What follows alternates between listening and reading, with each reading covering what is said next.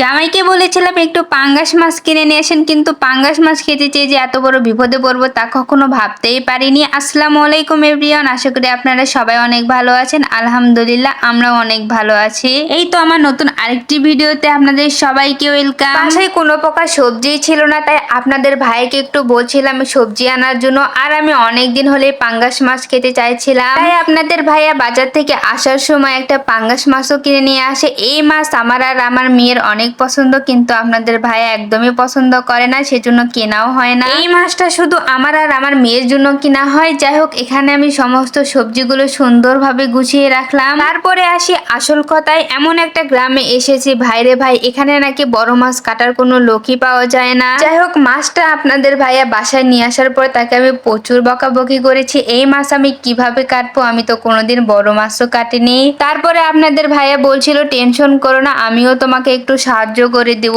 যাও। সে বেচারা এই কথাটা খুব ভালোভাবেই জানে যে এই মাছ আমি একা কখনোই কাটতে পারবো না, কারণ আমি কোনোদিন মাছ কাটিনি এত বড় মাছ। আপনারা হয়তো ভাববেন যে আমি এই কথাগুলো ন্যাকামি করে বলছি যে আমি মাছ কাটতে পারি না। বিশ্বাস করেন ভাই, সত্যি আমি মাছ কাটতে পারি না। আপনাদের ভাইয়া সবসময় মাছ বাজার থেকে কেটে এনেছে, তবে আমি মাছ কাটা শিখতেছি। আমি ছোট মাছ কাটতে পারি, তবে এই মাছ কাটতে আমাদের দুইজনের অনেক কষ্ট হয়েছে। আপনাদের ভাইয়া তো শেষমেশ বলেই বসেছিল আমি জীবনে আর এখান থেকে মাছ কিনবো না, মাছ কিনলে বড় বাজার থেকে কিনে কেটে নিয়ে আসবো। মাছ কাটার ভিডিওটাও আমি করেছিলাম, কিন্তু মাছটা পুরো রক্ত দিয়ে মাখানো ছিল। ভিডিওতে দিলে যদি কোনো সমস্যা হয়, এজন্য আমি ভিডিওতে দেইনি। যাই হোক, সেদিন রাতে আর বেশি কিছু করতে পারিনি, ভর্তা আর ডিম ভাজি দিয়ে আমরা রাতে খেয়ে নিয়েছি। আজকের ভিডিওটা এ পর্যন্তই, দেখা হবে নতুন কোনো ভিডিওতে। সে পর্যন্ত আপনারা সবাই ভালো থাকবেন, সুস্থ থাকবেন। আল্লাহ হাফেজ।